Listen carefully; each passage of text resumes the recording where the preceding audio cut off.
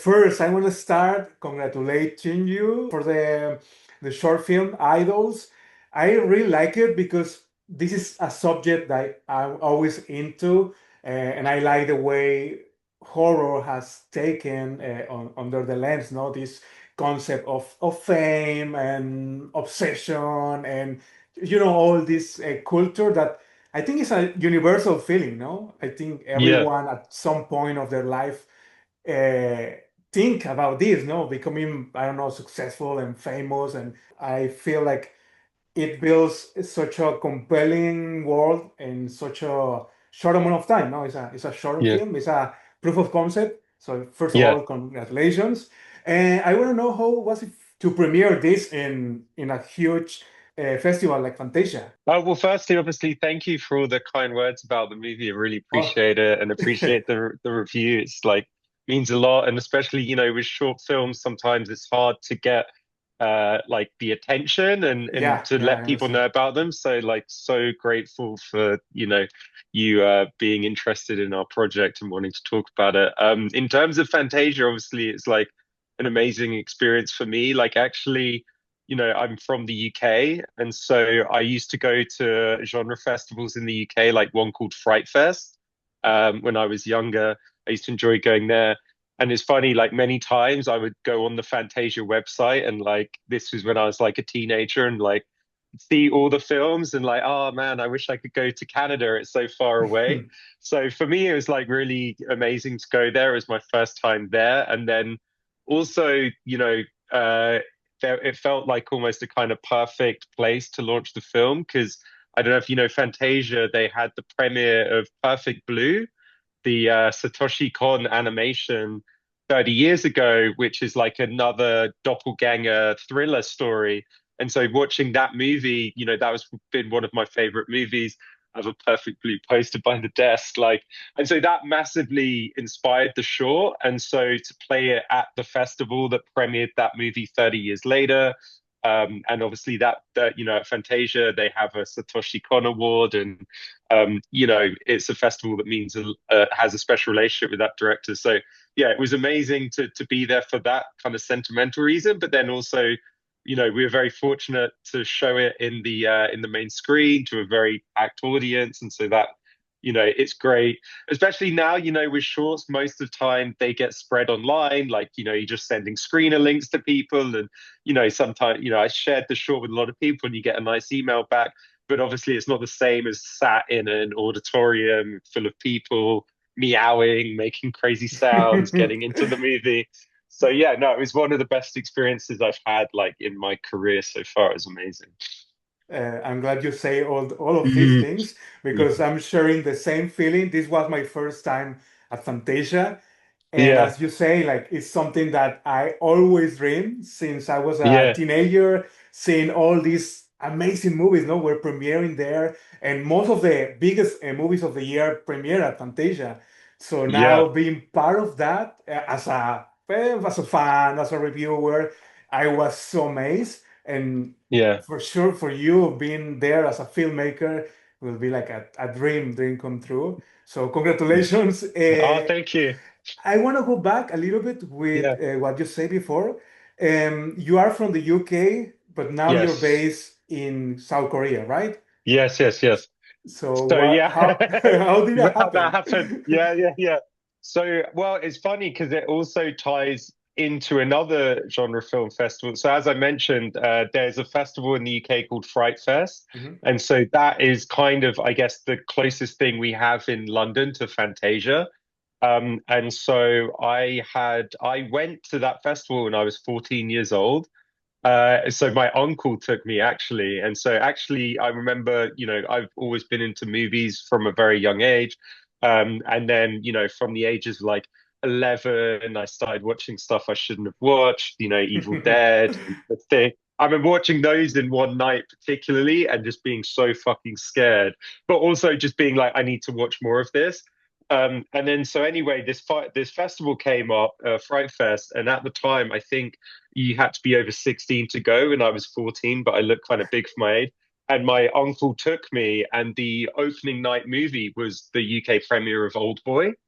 So like Park Chan-wook, Oh, the director, was no there. way. And I was like, I still remember it. I was sat at the cinema. It was like about, it was a cinema in London called the Prince Charles, and they have like they used to have, it was used to be one big screen that had a balcony, and I was literally sat like in a shitty seat in the back of the balcony, but like it blew my mind. And obviously at the time, I think Old Boy's one of those movies now where like the twist in advance, kind of like The Sixth Sense, all those iconic scenes, but seeing it but then, as like a teenager with like no kind of idea of what was going on, and being at a film festival you weren't supposed to be at, it was just, it kind of blew my mind.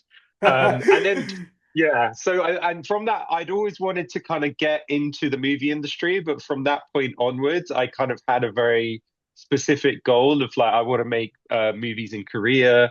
Okay. And then, that summer, I remember seeing that movie and then the Bong Joon-ho movie, Memories of Murder. And there was like Kim Ji-woon, this guy made a movie, Tale of Two Sisters. So I was just watching all these kind of Korean horror movies. And then, yeah, after I graduated from university, I came to Korea to teach English for a year. And then I made a short film whilst I was teaching English called If I Had a Heart. And this was in like the Vimeo, remember like the Vimeo staff picks? That used to be like a thing for short Yeah. films and stuff. And Hmm. so that got a Vimeo staff pick, and that kind of helped get me into the industry, as it were. And then I spent like 6 years working as like a screenwriter for a Korean studio. And so it's weird because I've kind of been on this journey of like the thing I've wanted to do is write and direct movies, and I've Hmm. kind of been around the Korean industry working as a writer, and everyone referred to me as a writer, and so with Idols it was kind of like, oh, I need to get back into like the directing and the stuff that I really want to do. And then I think when I was working at some of these Korean studios, it was more like commercial projects where obviously you get paid well, but you're just doing what the company asked you to do. And Hmm. so I think with Idols as well, part of it was like, I just want to tell a story that I want to tell. And we were very fortunate with Samantha, this Japanese streaming service, that they came in and gave us the money to do it. So yeah, I guess that's a long way. I should mention as well, I met my wife and got married and had a Okay. kid. Yeah, so it's like all the yeah, so Okay. That yeah, make so I'm everything here now easier, for the no? future. Yeah, no, of course. Yeah, but still, it's a fascinating journey, and it was Yeah, meant to be. I feel like yeah, at some point life was telling you, okay, this is the path that you need to follow, and now you're doing it. And what I yeah, like about idols is like you're examining this fascinating world of the K-pop. No, it's yeah, something yeah, uh, like yeah, now it's very mainstream, but maybe 10 yes, years ago was all over, just over there. Now it's a yeah, phenomenon, global phenomenon. But I like the yeah. way you use this K-pop and the color palette and the music and everything to build Oh, this impressive and amazing story. So oh, yeah, tell me, how oh, was the thank you. beginning of Idols? How did you come up with the idea? Okay, so wow, this is another long story journey. So Right. Right. basically, I like this is like 5 or 6 years ago. I was at a Korean management company, and there was a Korean actress that they said wanted to do a short film, and they were like, "Yeah, if you do a short film with this actress, like we can pay for it." So I just went over a weekend, and again, I mentioned that movie Perfect Blue, and I was like, "Oh, it'd be cool to do a kind of something similar to Perfect Blue, but like in the Korean entertainment industry." So I wrote like a short film in like a few days, and then came in on Monday, like, here's the script, because I was at that stage of my career, just any opportunity, just like, yeah, yeah, like I'll do it, I'll do it. And Mhm. then I met with that actress a couple times, and then she changed her mind. She didn't want to make a short film. So I was like, oh, okay. So I put it like in the drawer, so to speak. And then a year or two after that, I took it out the drawer and was like, oh, I should make this into a feature, but like a feature set in America. So then I wrote like a feature version script that's a similar premise, but it was about like this struggling musician in downtown LA who looks like this famous Hollywood actress. And Okay. so it was very much a more kind of Western look at it. Hmm. And then sent that to a few companies, a few people interested, nothing happened. So I like put it in the drawer again. And then I met like Samantha and they were like, oh, do you have any ideas for shorts? Because they had licensed a previous short film I did and they had this program of financing shorts. And I was like, oh, wait. So then I took the American feature out the drawer again and then rewrote it as a Korean short, and then that kind of just became idols as you know it. And so yeah, it's been interesting experience, I guess, because I'm this kind of filmmaker where it's like I'm from the UK but I'm based in Korea. Like I do have this a lot with certain stories where like I'll have an idea for like a premise like this, like with idols, this kind of doppelganger thriller Hmm. thing. And then I'll be like, is that a Korean thing or should I do like an American version? And so with this particular story, it's been quite interesting in terms of like exploring this idea of what that story would look like in the West in like a Hollywood setting. And then when we were doing the short, rewriting it in Korean and being like, okay, what would this look like in the world of K-pop and the Korean entertainment industry? Do you think like without all your knowledge and your experience living in Korea, you will be Hmm. able to make this same short film before, like Yeah. living in the UK? Yeah, this is the thing. I do wonder about this because for me, the biggest compliment, that I've had on the short and like when people have read my scripts is like I couldn't believe this was like a foreigner. And like that's kind of what you're going for. Like you want, obviously when I'm making stuff in Korea, you want the Korean domestic audience to Mhm. feel like it's a Korean movie. And so I kind of like to think that the fact I've been here for like 10 years does just mean I have some kind of sense, deeper sense. And like because I've thought about this a lot now. Like I still have not directed a movie in English. Like Okay. everything I've done, all the shorts, documentary, everything's been created, which is like, stressful. Like I wish, to be honest, like I saying to someone recently, like I would love to do something in English because it would just be much easier. But for whatever reason, like it just hasn't quite, those things haven't come together. Um, but yeah, like I do think the reason I'm saying this is I have thought about trying to write stuff that's set in London or the UK. And recently, when I sat down, I was like, I don't actually know what the vibe is because I haven't been there for so long. Like, I wouldn't know where to start. And so I think definitely writing Korean stuff now, you know, just being here for so long, I feel like, I don't want to say it'd be impossible for like a foreign filmmaker to come here and do this, Mhm. but I definitely think that it helps that I've been here and also just in terms of people in the industry where it's like, I know a lot of people in the Korean film industry now, and a lot of them know that because it's this thing with Korea right now where it's like it's crazy. You've got like Squid Game, K-pop Demon Hunters. There's just constantly these things Yeah. coming out, and like it puts me in a somewhat privileged position to be in this industry. But also, like when I came here in like 2011, like that was not the case. It was a very different time. So I feel fortunate to be here. Although I would say I've been surprised that after things like Parasite and Squid Game and the K-pop Demon Hunters, I thought there'd be a lot more foreign filmmakers working here. And like to be honest, like Pierce, the producer on the project I work with, closely, part of the reason we got together is because we were like two of the only foreigners like in the No. Korean industry. So we'd Yeah. like go to like events and it's like, oh, it's that other white guy. Like, so, we just sort of became, friends. But like, I have been surprised, although I do think now the Korean entertainment industry is starting to open up more and like, Yeah. I think foreigners coming. Obviously, the language barrier is a difficult thing, and I think for many years, when the Korean film industry was very successful and they were making a lot of money, they were less open to having foreigners come in and work in the industry. And I'd say recently, the last few years, because of the pandemic and all kinds of things, the industry has become a much more difficult place and it's harder to get money to make things. And so that's meant, one of the good parts of that, I think, is Korean companies are just a lot more open. like with our short film, it's like a British guy with like money from Japan. We had like a German DP, we did post-production in the UK. And so it was this like very kind of global thing. Um, but if we're to do the feature, I think as well, you know, being able to bring money in from other countries to make projects here is very appealing. So I keep Yeah. going off on mad tangents. so, No, so it's fine. It's I'll fine. try to take the question. Yeah. I don't want to get into the full-length Yeah. feature yet Yes, because yes, that's gonna yes, be yes. my last Mm, question. But let's talk mm. about your writing process because this is also Yes. written by you. Yeah, yeah. Tell me about like this duality on the two characters that at some point they feel like it's just the same version of Yeah.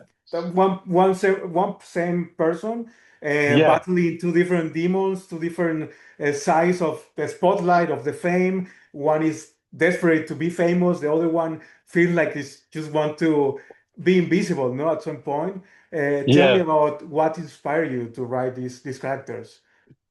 Well, I think to be honest, a lot of it is I feel with writing, like the most important thing is to really feel something, like try and tap into like your own kind of like personal feelings and frustrations and stuff. So, obviously for me, I've obviously been following this kind of dream that I want to be a successful filmmaker since I was like 11 years old. And I feel like I'm getting there gradually, but I'd like to get there quicker, and I'd like to, have success and be able to call myself a respected filmmaker or whatever. And so definitely I think with the film, it was just tying into my own personal feelings of like struggling to be successful and, pursuing this thing and but also I think it was also this personal dynamic to me that like since have been working in the film industry and I've worked with lots of successful people, one of the things I've realized is like they're also not satisfied and they're also unhappy, right? Like there's this kind of emptiness in chasing this thing Mhm. you want to get, but then there's also this emptiness of like having all the things and not knowing where to go from there. And that's been this funny thing. And even people that are friends of mine who are like, you could say much more successful filmmakers than me, have made big movies. But I realize like they're also just in this kind of suffering because they're comparing themselves to the person above them. And it's like this never ending spiral. And so for me, in terms of writing the movie and these characters, it was very much about just tapping into that contrasting ideas of like, on Minna's part, this idea of this person who desperately wants this thing because they feel it will complete them and they'll finally, feel like their life has meaning.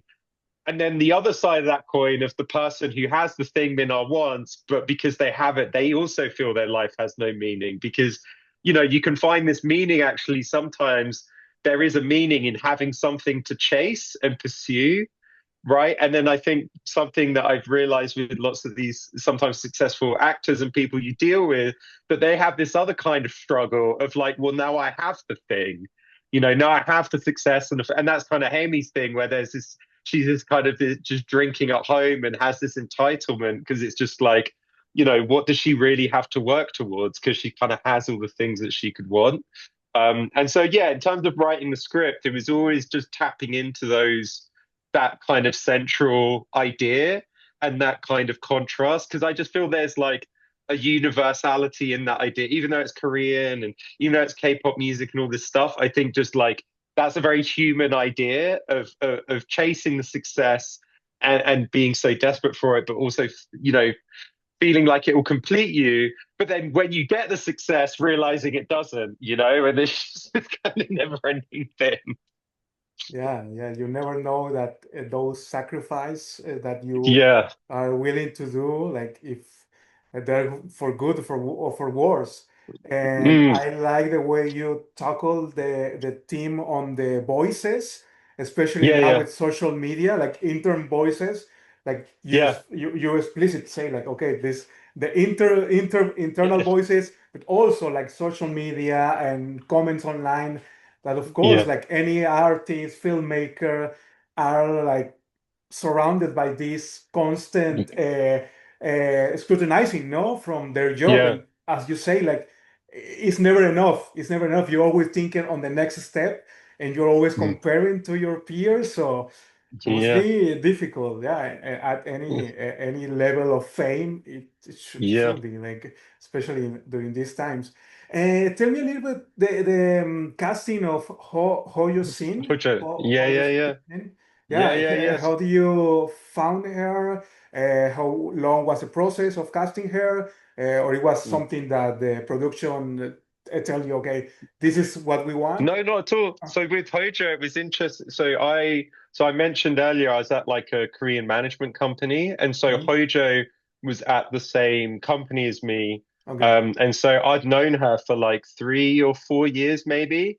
And so it was something where I think, at these companies sometimes, like if you're like a young director, writer, they want to like get to know this actor, get to know this actress, and so I think it was a thing where we were both at like similar places in our career, and so we'd kind of had a friendship, kind of based on that, in the sense of like, I think we kind of we're both like ambitious, and we're trying Mhm, to get to a certain place. We're not quite there yet, but we're kind of we're making the right move, so to speak. And she had been cast in a few things, and I think we connected a lot because she's Korean, but she had grown up outside of Korea, and so she had a bit of an outsider's perspective on Korean things as well.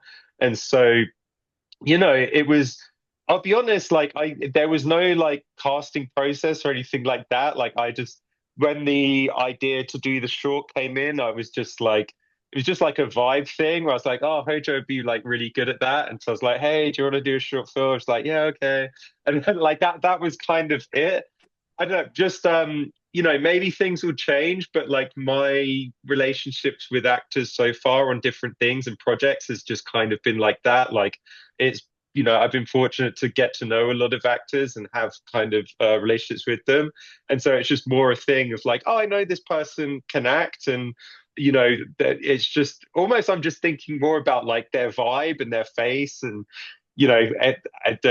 I don't know if she'd take this the right way, but I just felt she had like her face was perfect for it. She just had like a perfect vibe for the character, and I felt like she had something about her that would work perfectly for Min-ha, and then likewise something perfectly about her that would work with Hye-mi. But I will say that was one of the things we were most lucky about because, you know, I think doing this thing of like playing these two roles, I think you don't really know. It's not something actors do a lot, and so you don't really know how good necessarily the person's going to be at doing it. Like I was just worried about things like how she's going to remember all the lines. Like mhm. it's like she has to know the entire script, and like there would just be scenes where you just shoot like her just doing Minna. She goes upstairs, change the clothes, the hair, comes back downstairs, and it's like now you're Hemi, and she just did it all perfectly. So I felt that was something that we were quite, was just very fortunate that she was so great at it because it made obviously my life much easier in terms of, I didn't feel like she needed.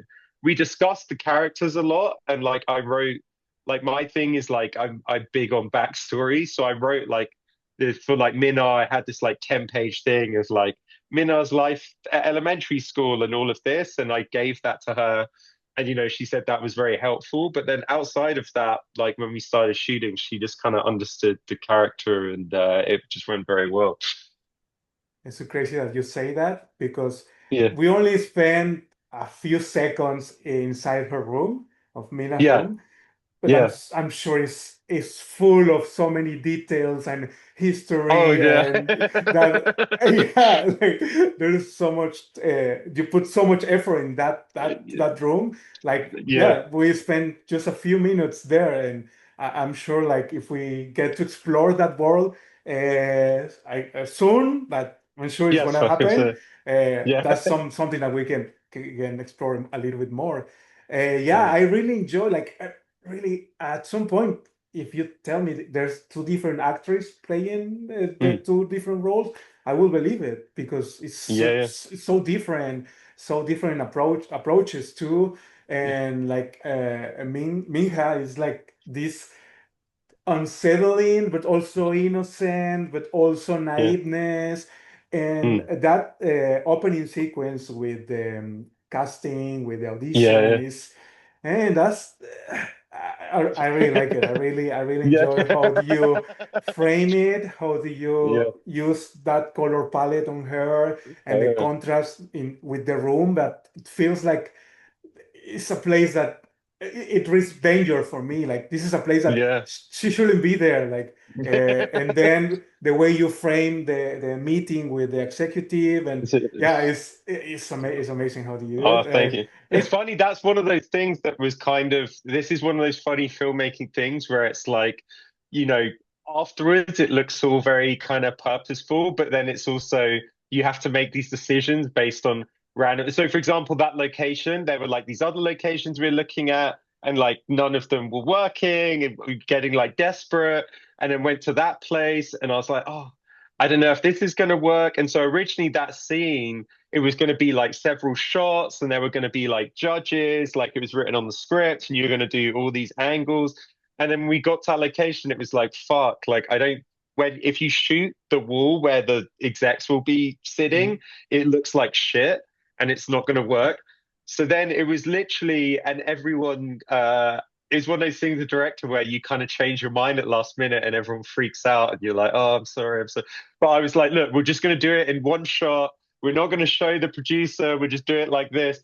And to be honest, when we did that, like the first few takes, the camera fucked up and I was just there like, oh my God, like I told, and it was the first thing that we shot. So I felt like the respect of everyone was dependent on this whole thing kind of working that scene. And then it wasn't until the like ninth take it worked and it came together and everyone's like, oh, okay, I see what you did there. It's cool and it worked. And now obviously, yeah, when I look back at the movie, I'm like, oh, it's kind of not the location falling through and having to come to this space and then, deciding to do it as one take and just having the one judge. And then obviously the framing, like that was the thing. As soon as I got that image in my head of like the guy standing at his waist and not seeing his head and heart, I was like, oh, that's the image. And as soon as I got that, I was like, I think this scene is going to work really well. Because of the last minute thing with location as well, we couldn't do any production design. So that was the thing. We just showed up in the place, as you said, and it's this kind of weird, cold, industrialist space, but Mhm. it kind of works. Yeah, But it again, worked it's that thing perfect. of like the circumstances kind of pushing you in a direction. Yeah, yeah, and it goes with this like side of fame that is cold and lonely, no? Because at Yeah, the end, like that place is a reflection of the pop star life, no? We saw yeah, the house, this huge house that feels so empty and lifeless. The only like meaningful thing that we have is the word there in the mm. living room. So yeah, it goes everything like connect now with the team. Can we talk about like developing the film visual style and language? Yeah. No, for sure. Like, I think for me, one of my big things with movies and even shorts is like, obviously, as I mentioned, Old Boy, like a lot of those Korean movies that I started watching and got into Korean cinema, the thing that impressed me the most was like the visual language, the use of color, production design. Obviously, like Park Chan-wook, he's probably like the GOAT at that. He's like the best when it comes, like no other choice, decision to leave. It's just like, the guy is just a master, and you can just tell every shot, like the storytelling, the color, everything is so kind of interconnected and well thought out. And so, for me, obviously, someone who's trying to like follow that, it's like, just always thinking of every choice of color. And because that's something, to be honest, in general, when I watch a lot of shorts, I think about a lot where like you can be a lot more colorful. And I think the use of a lot more colors actually gives you more like production value. Like it looks nicer. But like, especially with lots of independent movies, I think people are afraid of using color too much, right? There's sometimes this kind of gray feeling to things. And I go to like a lot of Korean film festivals and like, especially those low budget movies, they're often like very gray. And I'm always thinking like, yo, like color's free. Like you can use more color to tell the story and it just makes it just pop out and look very interesting. So I just felt, with Minna, and it was interesting because that was a conversation with production at the beginning. She was very surprised when she read the script because I think she just imagined that like Minar's room would be this like cold, dark, shadowy space. And I was like, no, no, no. Like, what's interesting for me is this idea that like actually everything's bright and colorful, but like there's this darkness kind of underneath it all, and we get into that later. Like, and so, one of my favorite directors is a Japanese director called Tetsuo Nakashima. He did this movie, Memories of Matsuko, Confessions, and like he's a music video commercials director, and he makes these very like bright, colorful movies. But like the themes and the story is like really dark and fucked up. And like that's something that I've always been interested in, is that like contrast of like even with that opening scene where it's like it's like really bright and it's almost kind of like this weird fairy tale, and like she's in this really nice blue dress, but like the context and the theme of the scene is like really there's this kind of weird darkness underneath it. And even her, the way that she's presenting herself is like this upbeat and she's putting on this happy face, but like to the outside person watching it there's this kind of strange darkness underneath it. And so for me that was always an important thing of the visual style, of like not doing that thing of like, oh, because certain aspects of the movie or themes are dark, or Minar's maybe a dark character, that like everything has to be dark. And then obviously the other thing, as you mentioned, is creating that contrast, I think, between Min-ha and Hye-mi, where like Minar's world, like in terms of her clothes and just her room is like bright and very busy, and she's kind of wearing this strange colored dress. And then Hye-mi is kind of almost, her space is similar to that place in the opening room, where it's like the entertainment industry is like is more cold and clinical, and there's this kind of oppressiveness to it. And so, yeah, it was about just using, I guess, the locations and the sets and the colors to kind of also add these elements to the story. Yeah, there's so many things that I want to ask you, but I think Yeah. I don't want to be like speaking about spoilers, because really, No, like sure. this short film, it deserves like to be in festivals. It deserves to be watched, and I'm Oh, sure. thank you. I don't know how what is the distribution is gonna be available on the streaming Yeah, platform yes. platform. So basically, yeah, so the streaming service, Samantha, it's going to be on that once we've got a few more festivals. We Okay. got, I can't say publicly, but we got into an extremely big festival just 2 days ago. So I'm very excited about that. And so that's gonna, arguably, bigger than Fantasia in some ways, just in terms of how big the festival is. So that's, very exciting, and that will help, we'll be able to show the movie theatrically. I think with Samantha, the idea is, we'll go on the platform. And then I think because we're working on this feature version, at some point, maybe put it on YouTube or some more Okay. public, thing. But I think obviously they want to make sure that, it does well on their service. But I think definitely that, they also want as many people to be able to see it and Mm-hmm. for it to have an accessibility. And, there is a value when you put these things on, available on YouTube, that like, a few 100,000 people can watch it, and there's a Mm-hmm. value in that. And so I think we're just exploring a release strategy, as it were, over the next year. But at least for the next kind of 5 to 6 months, we're just doing that Doing festival circuit festivals. Okay. thing, and we've got a few of those coming up. And so it's obviously it's difficult with shorts because, you know, uh, there's a lot of them going around, and it's, it is challenging to get in these festivals. But what's great, obviously, being on this journey with it at these festivals is just being able to show it on a big screen, is Mm-hmm. amazing, and with an audience of people. And so, there's three more festivals, none of that which I can say yet have been announced, but there are, we've got those lined up, and so that's really exciting. Okay, no, no, it's perfect. So, yeah, I'm sure you're gonna Yeah. have a great run in those festivals. Like people are gonna love the short film Oh, as thank I you. did. Yeah. And as you say, like this is a proof of concept.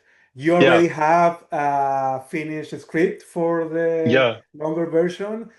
Yeah. And what can you give us like an A extra tease. detail, like a teaser, Yeah, no, exactly. for sure. Okay. No, well, yeah, like I definitely think with the feature, it was about expanding the world of the short a lot, but also I'm the kind of person where I don't want to do the same thing twice. And so I'd like to think there are certain things, if you've seen the short and you see the feature, that are very unexpected and take the story in kind of surprising directions. Like I think one of the cool things about the feature as well is it's like a non-linear timeline.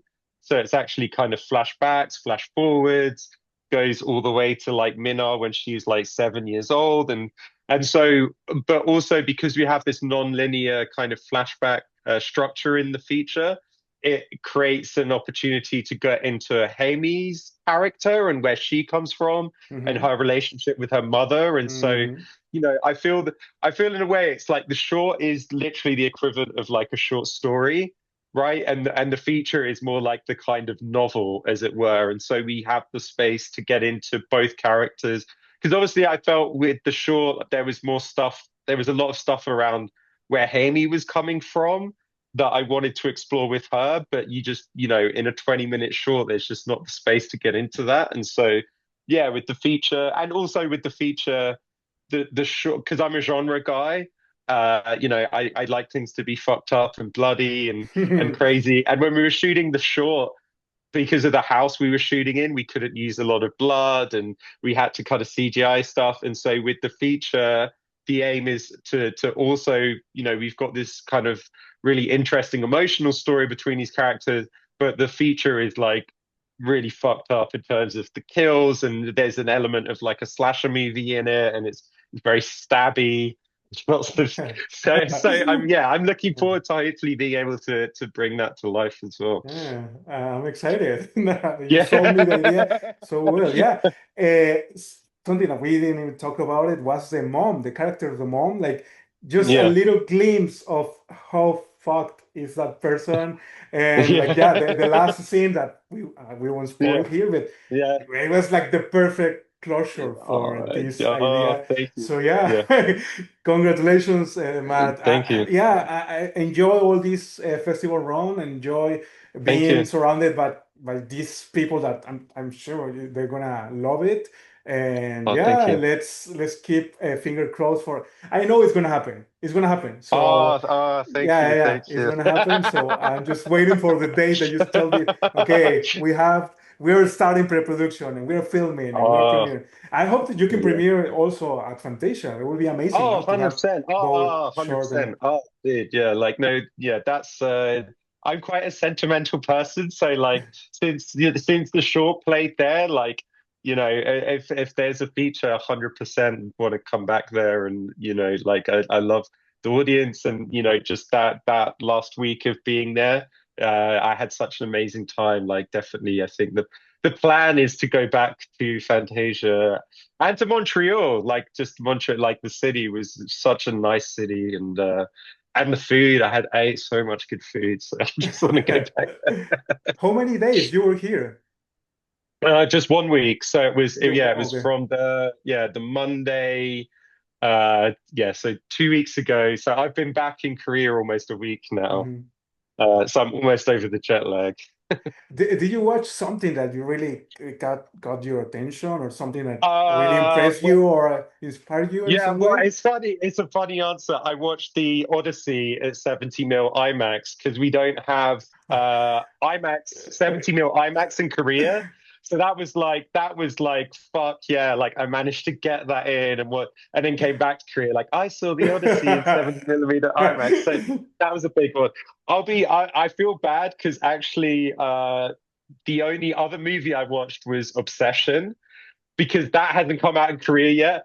So everyone was winding me up. They're like, you come to Fantasia and you're just going to the general release theater. But it's because I was in Korea. So there was like so much shit I wanted to watch in the Yeah, theater. yeah. And then, fuck, did I see? Yeah, dude, I don't think I managed to watch a movie in Fantasia. No, but it's fine. You need to take Yeah. the advantage of that So opportunity. yeah, being in Canada. Yeah, yeah, yeah. Obsession, by the way, was amazing. It was great. Yeah, It it's very was, it good. was. Yeah. Yeah.